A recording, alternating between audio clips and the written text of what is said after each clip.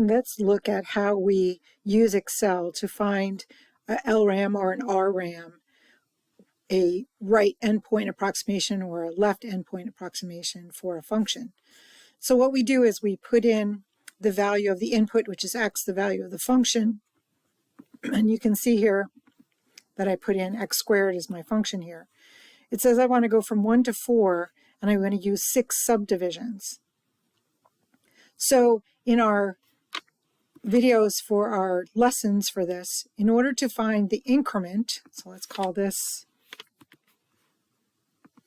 the increment, we take the difference of the interval, which was from A to B, so in this case from B minus A, and we divide by how many rectangles we want to draw. In this case, we want to draw 6 rectangles. So this is our increment of how often we want to measure our rectangles. We do this and we now fill out our table here using that increment. So just as usual, we would fill this series. See if I can get this in play here.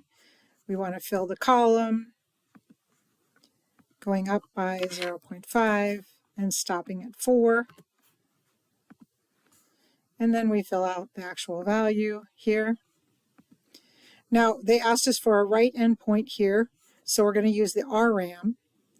The RRAM, remember, is always equal to the increment, which in this case, which is 0.05, times the sum of all the output values except for the first one. So we take the second value all the way down to the last value and then close our parentheses.